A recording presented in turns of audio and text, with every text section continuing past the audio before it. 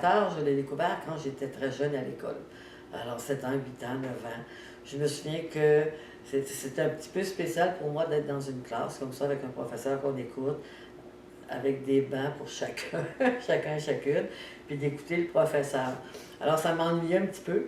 Donc, naturellement, hein, c'est pas des choses qu'on se dit, là, ah, comment. Non, on l'a en soi. Alors, mon observateur est sorti. Et tout le temps, parce que sinon je m'ennuyais terriblement. Puis il faisait le tour. Je pouvais voir les réactions des autres étudiants à l'arrière de moi.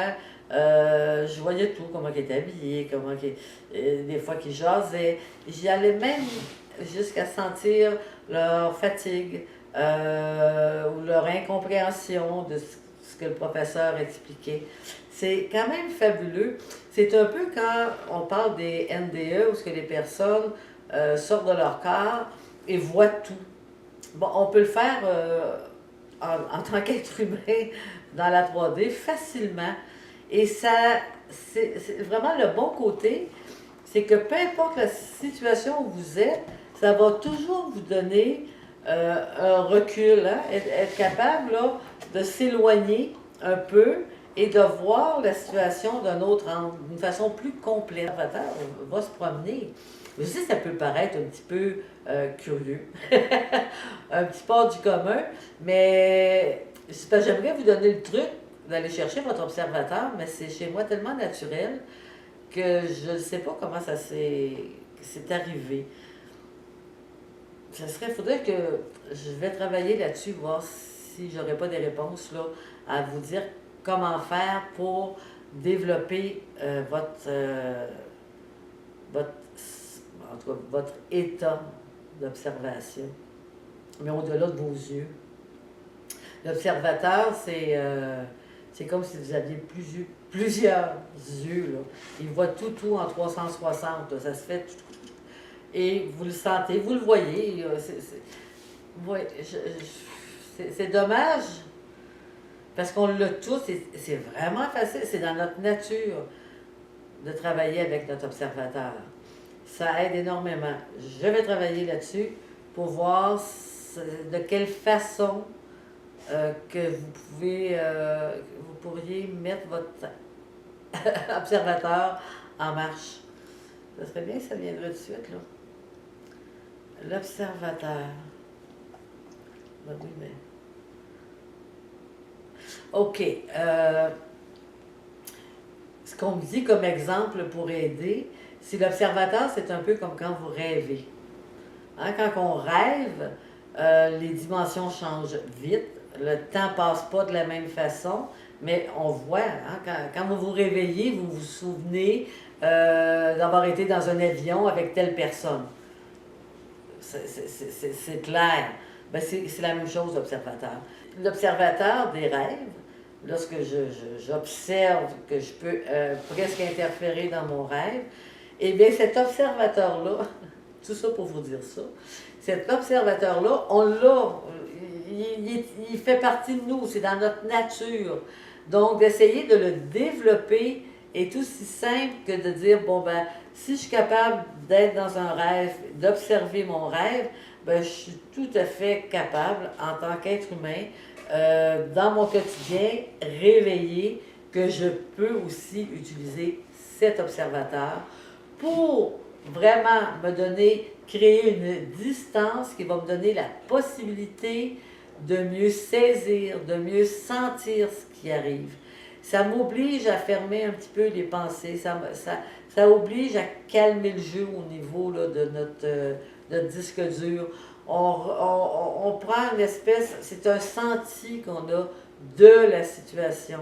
C'est un senti qu'on a de réagir à la situation, qu'elle soit bonne ou pas. Mais quelle clé fabuleuse que de développer cet observateur pour en faire un de nos chemins vers l'éveil, vers l'illumination.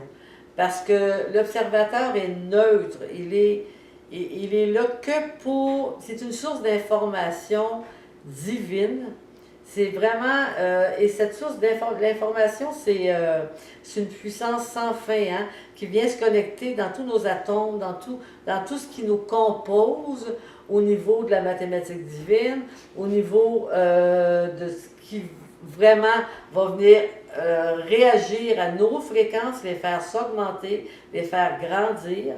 Ben, c'est un bon outil.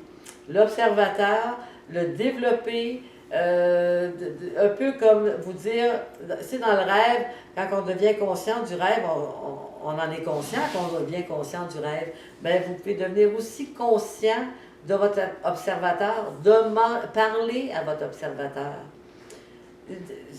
Prenez un chemin simple, écoute, ça se pourrait-tu que j'ai un observateur qui pourrait voir au-delà de ce que moi je vois et de me donner l'information pour que je puisse vivre davantage toute la beauté de ce que présentement mes deux yeux et mon corps restreint ne voient pas.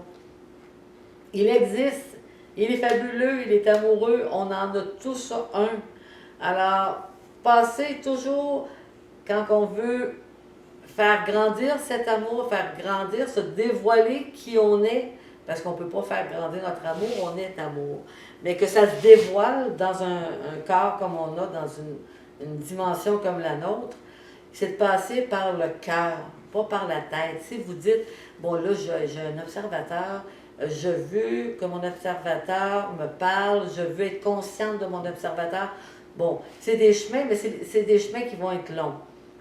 Rentrez dans votre cœur d'enfant, ça se pourrait-tu qu'un observateur, wow, amour, si vraiment résonne, fais-moi résonner, fais-le-moi apparaître, fais-le-moi, puis arrêtez d'y penser, et je vous assure que ça va arriver. Vous allez être en train de faire je ne sais quoi, un café sur une terrasse, et là, vous allez, mon Dieu, je suis en train de regarder le clocher de l'église qui est à côté de moi, où les personnes qui sont juste là, je les vois d'une façon complètement différente. Ça fait 10 minutes que je sais bien qu'ils sont là. Et là, waouh! Ils sont devenus plus humains, plus joyeux ou moins joyeux, mais vous allez... C'est extraordinaire parce que ça augmente tellement ce qui existe vraiment au niveau de ce rêve, de cette construction, de cette création qui a été faite. On commence à la voir vraiment avec un regard neuf, une perception neuve. Tout ça parce que vous avez donné la chance à votre lumière de vous montrer ce qui alentour de vous, qui est bien au-delà de la forme, qui va passer par la forme pour vous donner l'information de cette forme-là. C'est pas l'idée, c'est pas de dire, ah, l'église, je sais pas moi, le clocher est fait de telle pierre ou telle pierre.